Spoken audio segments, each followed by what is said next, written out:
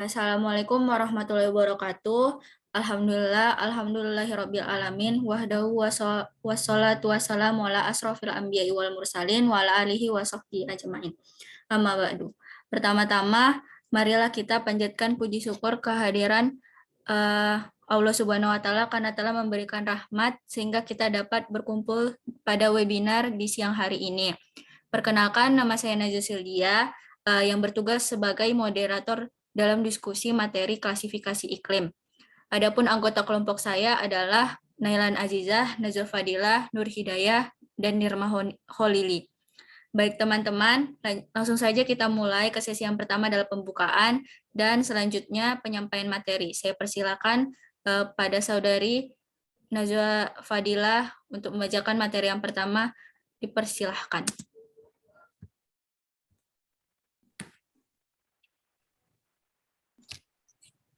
Terima kasih kepada moderator. Saya akan membacakan tentang pengertian iklim. Iklim adalah keadaan rata-rata udara yang mencirikan atmosfer yang terjadi di suatu daerah atau tempat dalam jangka waktu yang cukup lama, yaitu kira-kira kurang lebih 30 tahun. Unsur-unsur iklim adalah unsur-unsur cuaca yang telah dirata-ratakan dalam waktu yang lama. Kondisi iklim dikendalikan terutama oleh atmosfer yang dipengaruhi oleh faktor lingkungan.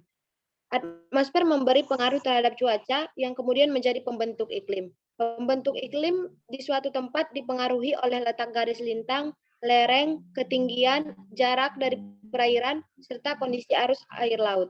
Setiap daerah memiliki iklim yang berbeda. Jenis iklim pada tiap daerah sangat dipengaruhi oleh garis lintangnya dan ketinggian dari permukaan air laut.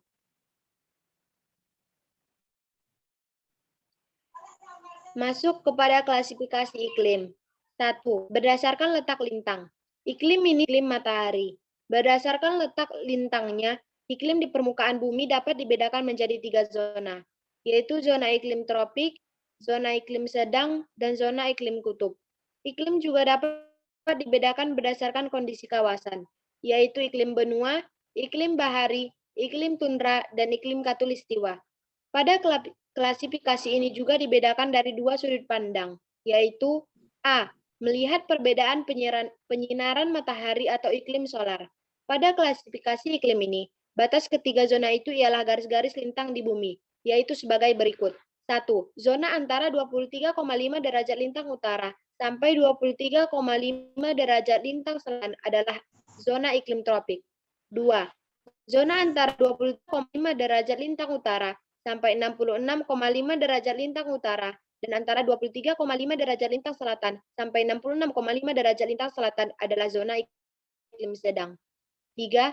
Zona antara 66,5 derajat lintang utara sampai 90 derajat lintang selatan dan 66,5 derajat lintang selatan sampai 90 derajat lintang selatan adalah zona iklim kutub.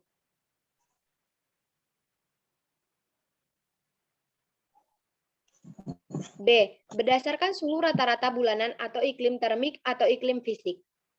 Pada klasifikasi iklim ini, batas ketiga iklim itu terbentuk garis isoterm pada bulan terpanas dan bulan terdingin di belahan yang bersangkutan.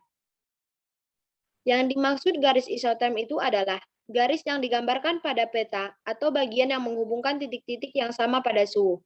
Adapun pembagian iklimnya yaitu sebagai berikut. 1.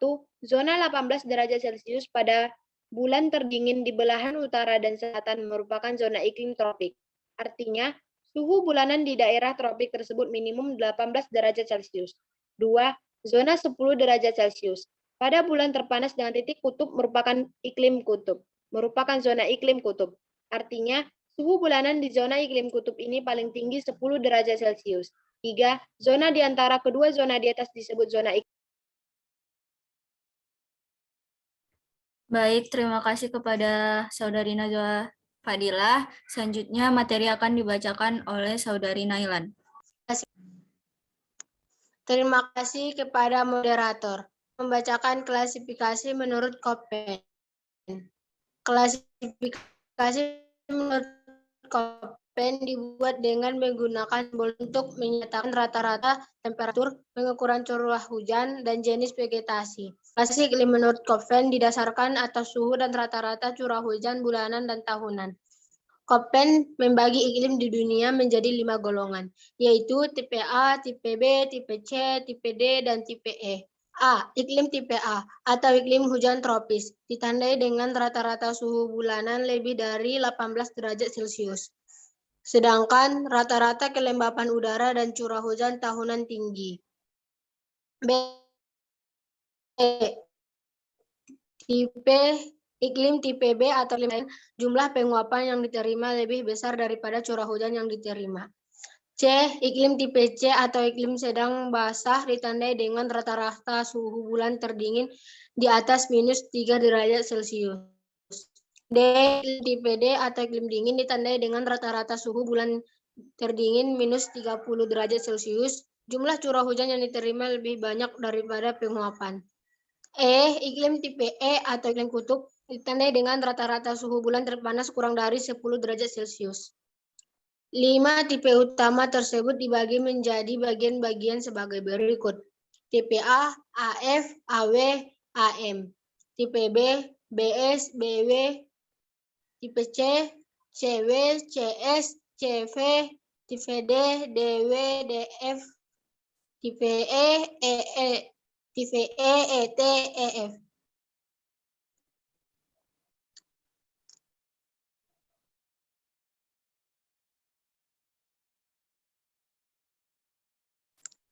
Peta iklim Koppen. Baik, terima kasih kepada Saudari Nailan. Selanjutnya materi akan dibacakan oleh Saudari Nur Hidayah, dipersilahkan. Terima kasih kepada moderator. 3. Klasifikasi menurut Sahmin Ferguson. Klasifikasi iklim menurut Sahmin Ferguson adalah klasifikasi yang banyak digunakan dalam bidang perkebunan dan pertanian. Klasifikasi iklim ini dibuat berdasarkan kondisi iklim di daerah tropis. Setelah hujan yang jatuh setiap bulan dan tingkat kebebasan yang disebut gradien Q. Gradien Q adalah presentasi nilai perbandingan antara jumlah rata-rata bulan kering dan jumlah rata. Sahmin Ferguson membagi iklim berdasarkan curah hujan dengan rumus Q sama dengan jumlah rata-rata bulan kering dibagi jumlah rata-rata bulan basah dikali 100%. Makin besar nilai Q berarti iklimnya semakin kering dan semakin kecil nilai Q, iklim semakin basah. Ketentuan dari sistem klasifikasi iklim Sahmin Ferguson bisa saudari lihat dan baca di seperti yang ada.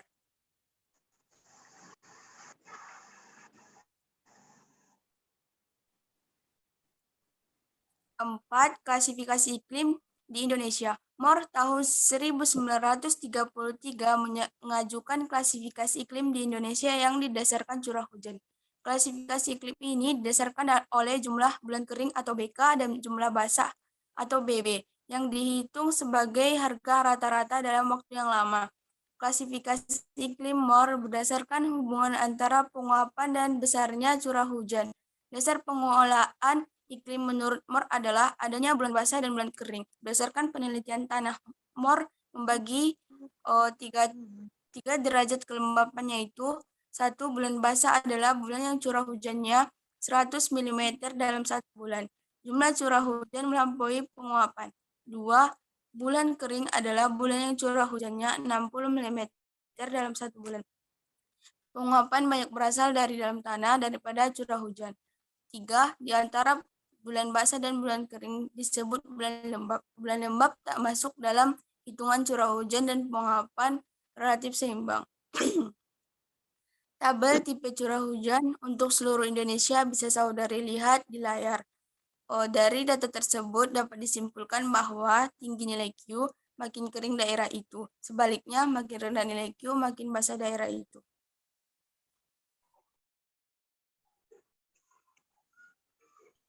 Selanjutnya materi akan dijelaskan oleh Saudari Nirma Holili, dipersilahkan.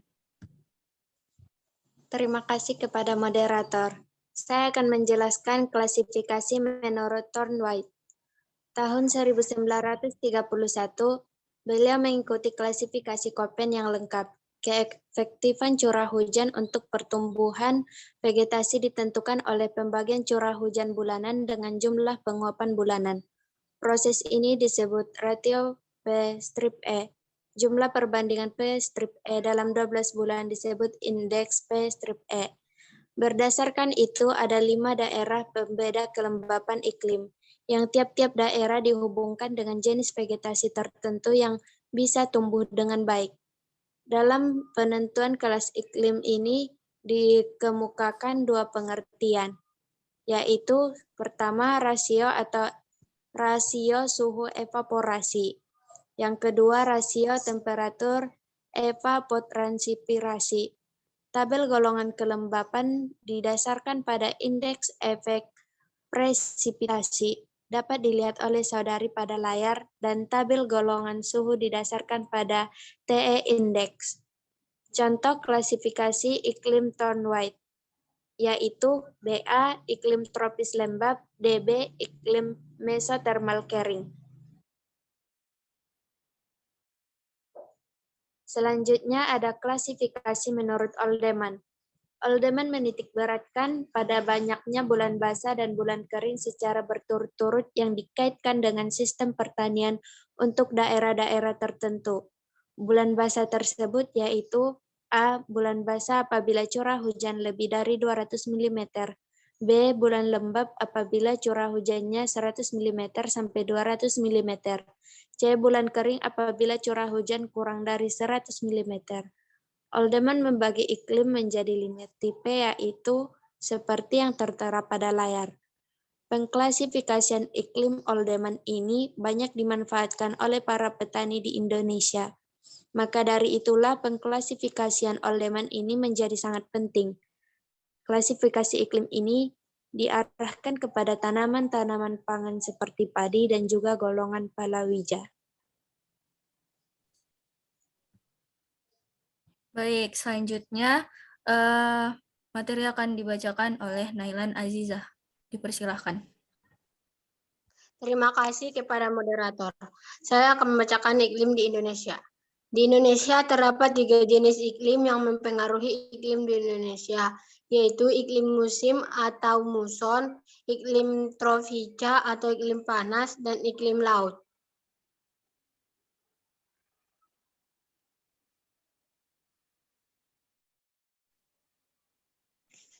Terima kasih dan sekian dari presentasi kami.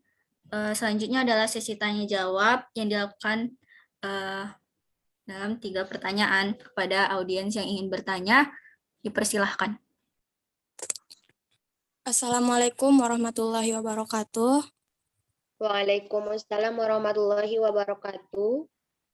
Saya Siti Sahla dari kelompok 6, saya ingin bertanya. Menurut pembagian, berdasarkan tipe iklim Köppen, wilayah Indonesia termasuk ke dalam tipe iklim apa? Jelaskan. Sekian, wassalamualaikum warahmatullahi wabarakatuh. Baik, terima kasih kepada Siti Sahla yang sudah bertanya. Kepada Saudari Nirma Holili, boleh dijawab pertanyaannya. Baik, saya akan menjelaskan pertanyaan dari Saudari Sahla. Menurut pembagian berdasarkan tipe iklim Köppen, wilayah Indonesia termasuk ke dalam tipe iklim Khatulistiwa, yaitu merupakan daerah iklim A. Karakteristik iklim A yakni temperatur bulan terdingin tidak kurang dari 18 derajat Celcius. Curah hujan tahunan tinggi rata-rata lebih dari 70 cm per tahun.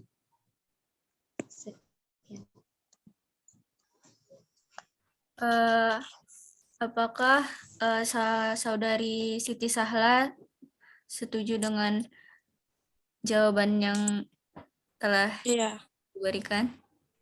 Iya, saya setuju dengan jawabannya. Terima kasih. Terima kasih kembali. Kepada audiens yang ingin bertanya, boleh bertanya. Baik, kepada Rizkita Amanda, dipersilahkan.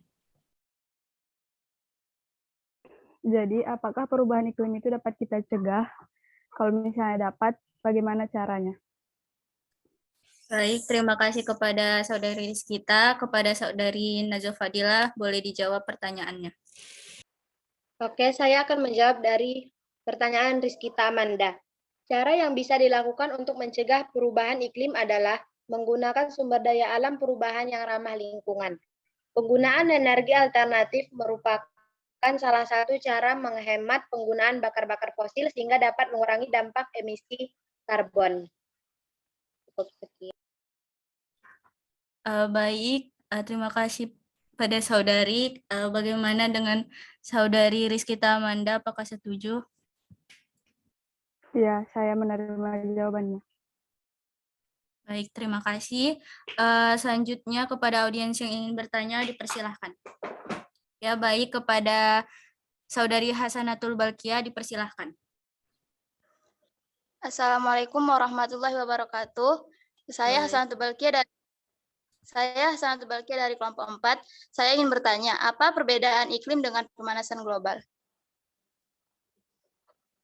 Terima kasih kepada saudari Nur Hidayah, mohon dijawab. Baik, terima kasih kepada saudari Barkia. Cuaca adalah keadaan atmosfer dalam jangka waktu pendek di sudut tertentu. Secara lebih ringkas, cuaca tidak tertahan dalam waktu lama dan cepat mengalami perubahan, sedangkan iklim menjelaskan keadaan atau tren cuaca dalam jangka waktu yang lebih panjang. Jadi perubahan iklim di suatu wilayah bergerak lebih lambat daripada perubahan cuaca. Baik, kepada saudari Hasanatul Balkiah, apakah setuju? Ya, saya setuju.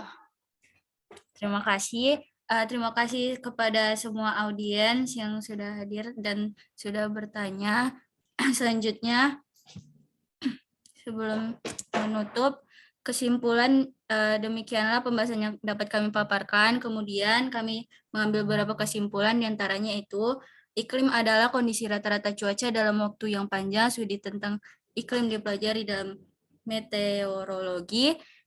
Di setiap negara memiliki iklim dan curah hujan yang berbeda. Di Indonesia terhadap 3 jenis iklim yang memengaruhi iklim di Indonesia, yaitu iklim musim atau muson, iklim tropika, dan iklim laut. Selanjutnya, perubahan cuaca dan iklim dipengaruhi oleh unsur, yaitu temperatur tekanan, kelembapan, angin, awan, dan curah hujan. Sekian dari webinar hari ini. Jika ada salah pengucapan dan salah yang lain, kami mohon maaf. Sekian dari kami. Wabillahi taufiq wal hidayah. Wassalamualaikum warahmatullahi wabarakatuh. Assalamualaikum warahmatullahi wabarakatuh.